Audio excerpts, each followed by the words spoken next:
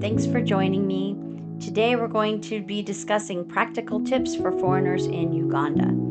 And the topic for today is what to pack and what not to pack. So, when you're coming to a country like Uganda, an African nation, one of the things that you have to deal with quite a bit is sunshine and mosquitoes.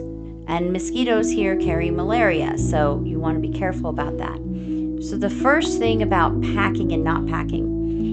In America, you can buy medicine that's anti-malarial, but it has tremendous side effects. The truth is that the medicine for malaria here in Uganda is far more effective than the medicine you can buy in America because they deal with malaria every day.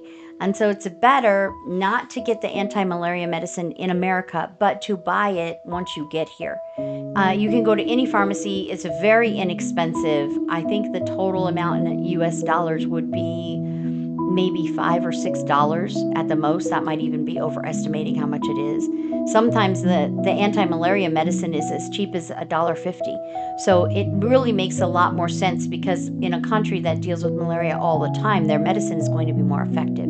So I don't recommend that you get the anti-malaria medicine in America. I think it's better to get it here in Uganda.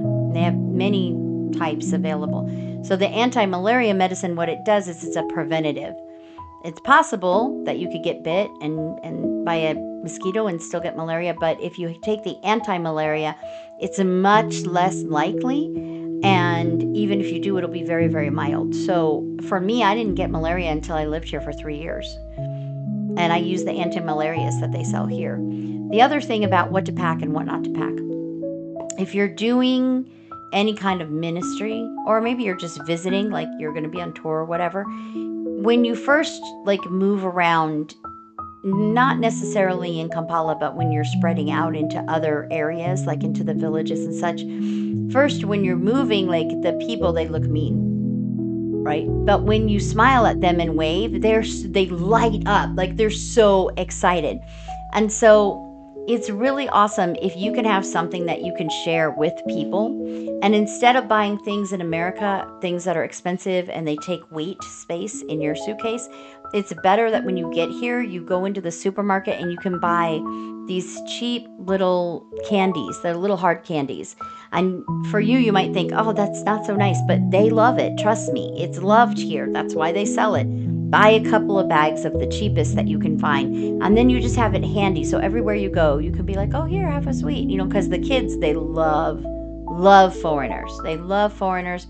And if you have a little sweet like that, you might think it's such a small thing, but the truth is it means everything to them. The other thing is what to pack and what not to pack. Okay, so when I moved here, I went a little crazy with the mosquito clothing, because they have clothing now that has the mosquito repellent woven into it. So I got the shirts and I got some pants and I got a hat. And let me tell you, I wore it, but I don't really think it made a difference. So don't spend your money on that stuff. Don't get a hat that has a net.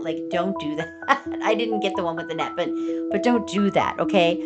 A standard mosquito repellent will work just fine. The lotion kind is great because it doesn't feel greasy on your skin. So, you're welcome to bring that. But the mosquito clothing, seriously, don't spend your money on it because, like I said, I don't really think it made a difference for me. Because of the culture and the way they dress here, I didn't even wear it unless I was in the garden digging. So, it wasn't really that effective. So, it's kind of silly to bring a hat that has a net. Nobody wears those here, so don't do that.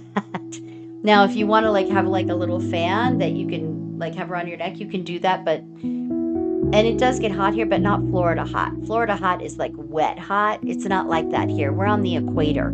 So oftentimes there's a breeze, and when there's not, it's not a sticky hot. It's hot, but it's not unbearable, So think things through before you bring. And as I said in another video, you don't need to bring a ton of clothes. Nobody cares that you wore the same dress yesterday. Nobody even notices. So, relax about that. And I also would suggest don't bring 5 pounds of makeup. It's really not necessary. Just bring the bare minimum. And even hair dryers and straight irons, don't do it because there's different electric current here. And if you want to have like maybe a adapter for the current, don't buy one on Amazon that costs like 30 bucks and bring it in your suitcase. It's so much easier just to go into the store and buy one here.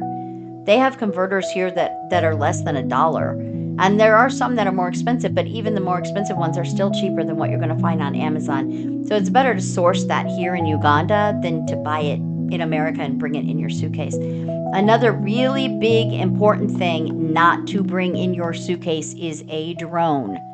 Do not bring a drone here because they will confiscate it at the airport and they will give it back to you when you leave.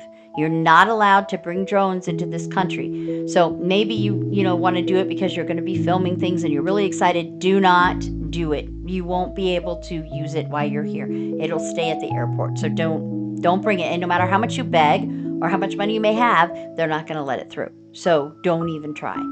And I think another thing to talk about, just because I don't know where else to put this topic, a lot of people when they come here, they want to buy drums. And if you buy a drum and it's covered by a lizard skin and not a cow skin, they will not let you fly with it. So be careful. If you're going to pick a drum, make sure it's covered with cow skin and not with lizard skin because they won't let it pass security at the airport. I'm trying to think if there's anything else. I mean, it's the standard rules of every country regarding what you put in your bag and what you don't. Just you want to avoid the drone because that's going to cause you a problem at the airport and it's just going to frustrate you. I think that kind of covers everything. I just think, there's one big thing. When I was studying to come to Uganda 9 years ago, I looked for the same videos that I'm making now. And I looked at any missionary tips, right? Because I was trying to find how should I dress, what should I bring? And I couldn't really find, enough information to help me. So one person had suggested that, you buy those little erasers that look like all colorful. You can go to Oriental Trading Company and buy them like a big package and bring them. Don't do that because they look like sweets. They look like candy and the kids try to eat them. So don't do that. If anything that you're thinking about bringing, you need to think it through. If it's something you can buy here, it's better to buy it here because it's cheaper.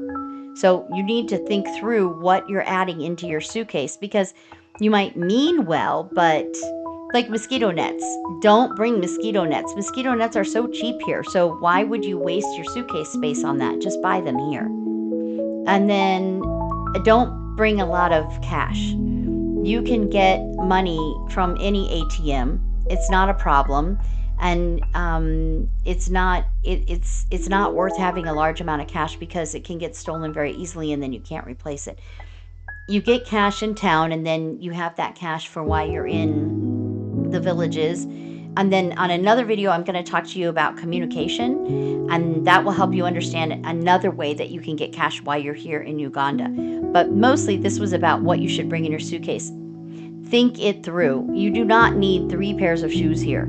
You don't need, you don't need 10 different outfits. Like I said, the people here, they're not looking at your outfits. They don't care. I mean, they care if they look disrespectful, but if you wear the same dress 3 days in a row, again, nobody's even going to know. And that's the culture here. In the village anyways, they're always wearing the same clothes over and over again because they don't have any money. So when you come to a place like Uganda, you have to think about that. You're coming into a place where there's not a lot of money. So, you don't want to present yourself as somebody with a lot of money because then you become a target. So maybe you have like the cutest little outfit. Well, maybe you don't want to do that here because then people look at you and say, oh, that person has money. Let me follow them. Let me steal from them. You don't want to do that. You want to look kind of plain and normal and ordinary, and you don't want to stand out because the people that you're going to be talking to don't have the money or the means to stand out. And so it's not wise. It's just not wise to do that. So really think through the things that you are bringing in your suitcase. If you're coming with an organization, you need to talk to them. This is my idea. This is what I want to give, so they can direct you better. Because a lot of the things you want to bring and give, you can get here. And a great example is when I first moved here, my mother, she spent $95 on a box to send me, right? Do you know what was in that box? Toilet paper. $95 to send me toilet paper, as if we don't have toilet paper here. We have toilet paper. Now, it was Charmin, and I appreciated the Charmin because they don't have that here. But $95? I mean, there's so many other things she could have sent. So think it through. The people who live in Uganda are not half-naked, illiterate natives. That's not true. It's a developing country. People are intelligent. They are friendly. They are kind. Really check with people before you come, right? And if you're not sure, you can always PM me. And I'm happy to answer any questions you might have about what you should bring and what you shouldn't bring, because I'd love to save you the mistakes that I made. So I hope that you have found this segment helpful to you on what to pack. And I'm just encouraging you, be aware, be safe, and enjoy your stay in Uganda.